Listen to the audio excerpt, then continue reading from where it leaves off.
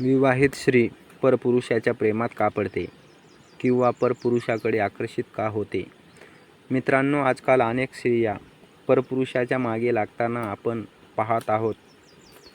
स्त्री विवाहित असताना देखील पुरुषाकडे आकर्षित होते. याचे समाजामध्ये प्रमाण जास्त वाढलेले दिसून येत आहे. समाजातील वास्तव मांडणारा हा विषय समाजातील आदर्श संस्कार टिकवण्यासाठी आणि एका स्त्रीचा हक्क तिला मिळण्यासाठी हा विषय घेतला.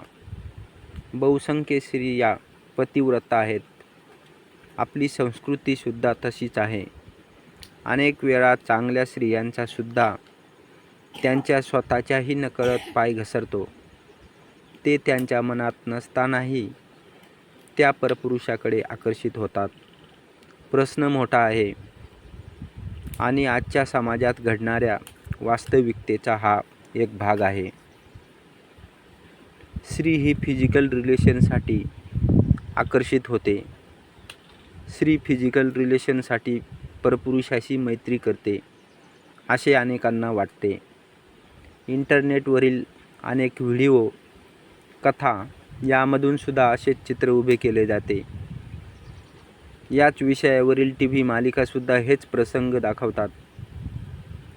स्त्रीला आपल्या नवऱ्याकडून अनेक भावनिक गोष्टी हव्या असतात. तिच्या मनाविरुद्ध तिची कृती घडते. विवाहित स्त्रीला नवऱ्याकडून काय हवं असतं याचा सखोल विचार कधी केला आहे का? स्त्री अथवा पत्नी एक स्वतंत्र व्यक्तिमत्व आहे.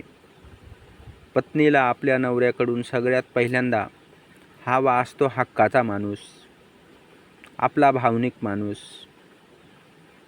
नवऱ्यामध्ये तिला माणूस हवा असतो की ती त्याच्या खांद्यावर डोके ठेवून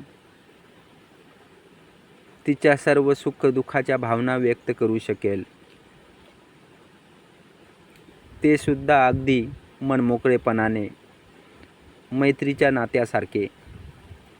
वैयक्तिक जीवनातील आनंद, हर्ष आणि सुख-दुःख हक्काने, निसंकोचपणे, निडरपणे व्यक्त करता येईल एवढा हक्काचा आणि विश्वासाचा माणूस तिला आपल्या नवऱ्यात हवा असतो.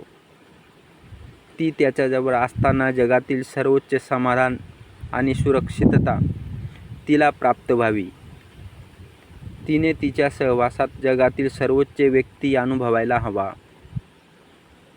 तिला तिच्या मनावर फुंकर घालणारा सोबती हवा.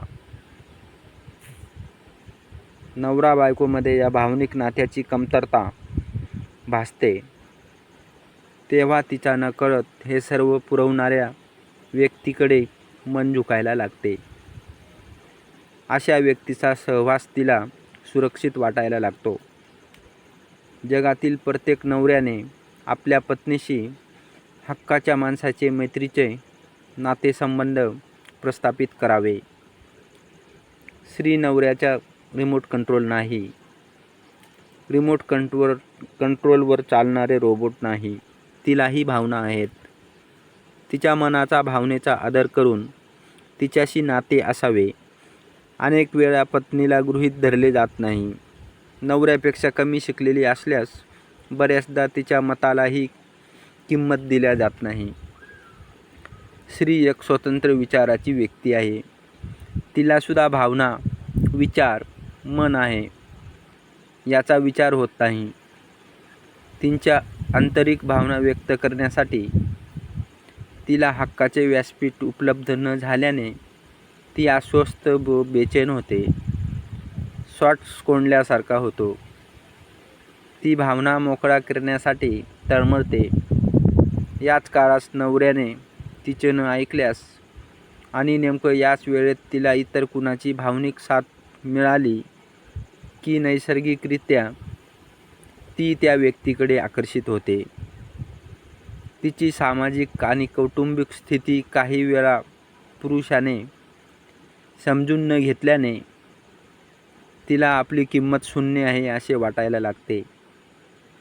तिच्या असण्याने आणि नसल्याने कुणाला काही फरक पडत नाही असे जेव्हा तिला वाटायला लागते तेव्हा ती स्वतःच महत्त्व हारवून बसते.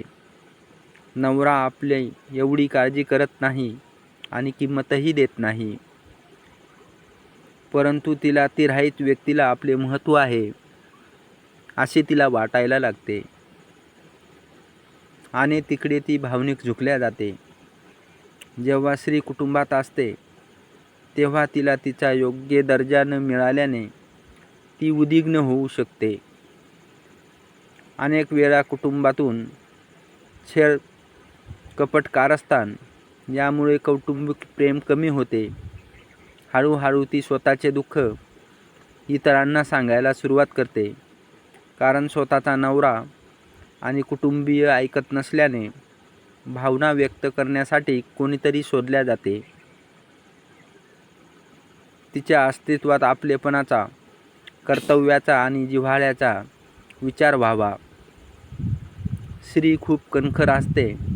ती सहसा आपले पाऊल चुकीच्या दिशेने पडून देत नाही, पण तिचा कधीच विचार होत नसेल तर ती मग एकदा चुकली की समाज किंवा इतरांचा विचार करत नाही.